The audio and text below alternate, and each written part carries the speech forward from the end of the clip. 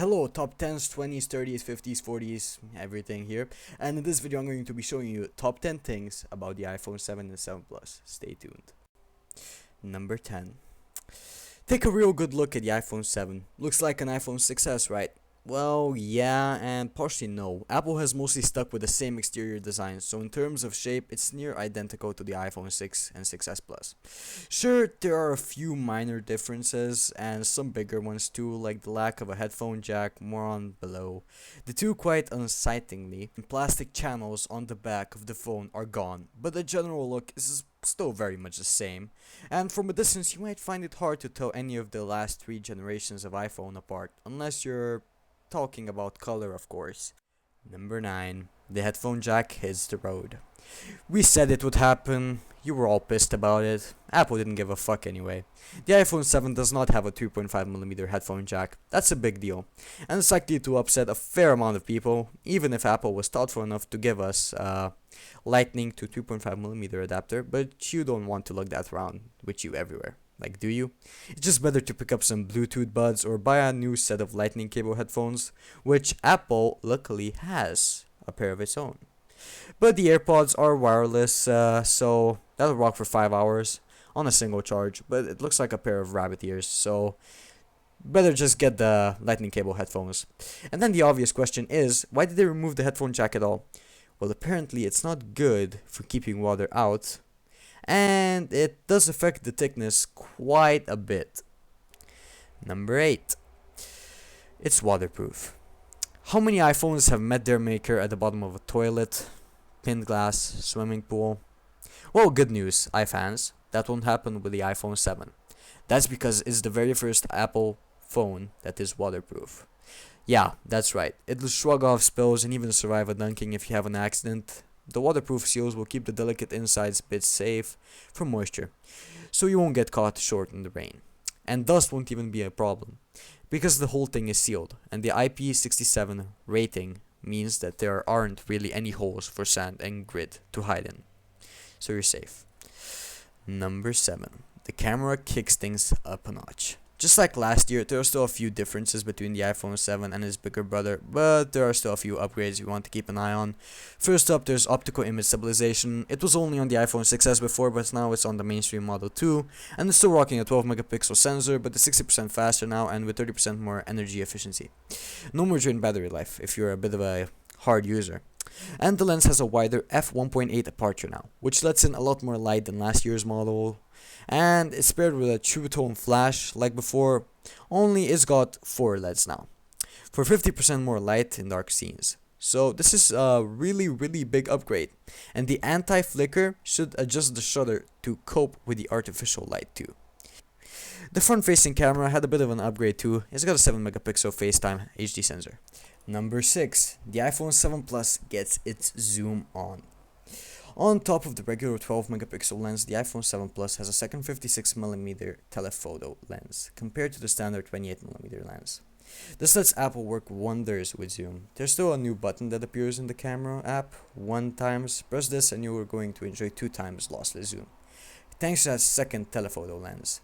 However, you can drag this button up all the way to 10 times zoom without any apparent loss in quality. And pretty much Apple kept quiet on the actual details, but it did confirm that this new advanced zooming is possible as a result of mixture between both lenses and some clever software. If it delivers, this could very well be the best smartphone camera that has been ever made. So, we are very excited. Oh, and one more thing, the iPhone 7 Plus makes use of both lenses and some clever software tricks to power a new portrait mode. This means it automatically detects a person's face, blurring the background via software, giving a reasonably convincing DSLR-like bokeh effect. Number 5. The screen adds a splash of color. Now, Apple's borrowed some screen tech from the iPad Pro 9.7, giving the iPhone 7 a more natural-looking display. That's because it's got a wide color gamut, which gives better color saturation and in turn a more vivid, lifelike pictures and video. Combined with the camera, which captures photos in white color, your pics should practically jump off the screen. Now, Apple says it will be celebrating every phone as it leaves the factory, and iOS will manage the display's color accuracy for the best possible quality.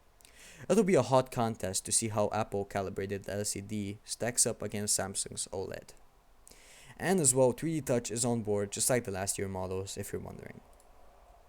Number 4. We finally say good riddance to the 16GB models. So now it's pointless for iPhone to be 16GB because literally everyone stores that much.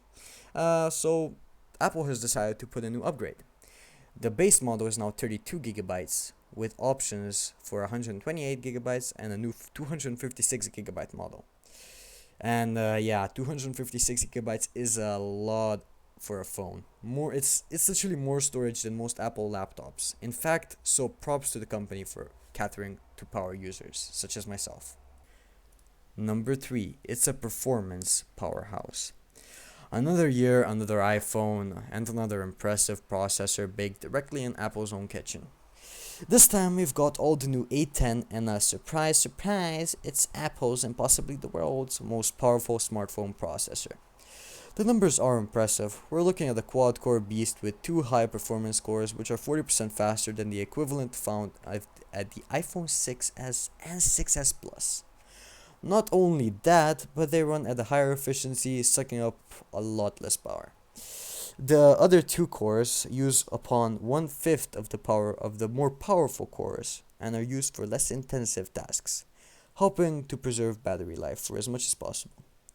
And you can't talk about processors without throwing a sexy GPU into the mix.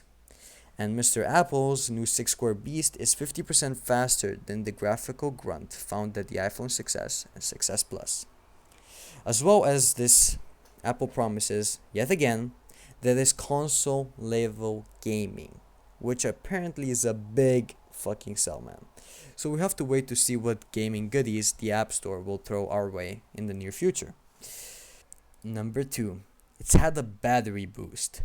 Now, Apple really never reveals the exact size of its iPhone batteries, and this year it's pretty much nothing different. Unsurprisingly though, we were promised the best iPhone battery life ever. This is in quotes.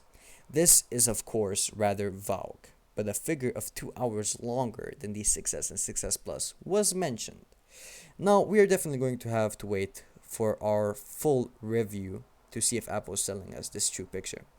But with more efficient processors, we wouldn't be surprised if this claim will come true. That's what we hope at least. And number 1, the Touch ID button is all haptic now. The home button hasn't been axed just yet, but it has had a serious under the hood makeover. It's not just a button anymore, instead it has been given the same magical Force Touch treatment which graces the trackpad on the new MacBook. That means it can detect how hard you're pressing it, adjusting its feedback with vibrations supplied by an all-new Taptic engine, which can deliver customized vibrations for things like notifications and apps, force feedback for games, anyone? And in all honesty, it doesn't sound massively useful right now, but that's mostly because we haven't even been shown what it can actually do, or what benefits it can really bring to the table. But still, we're looking forward to finding out.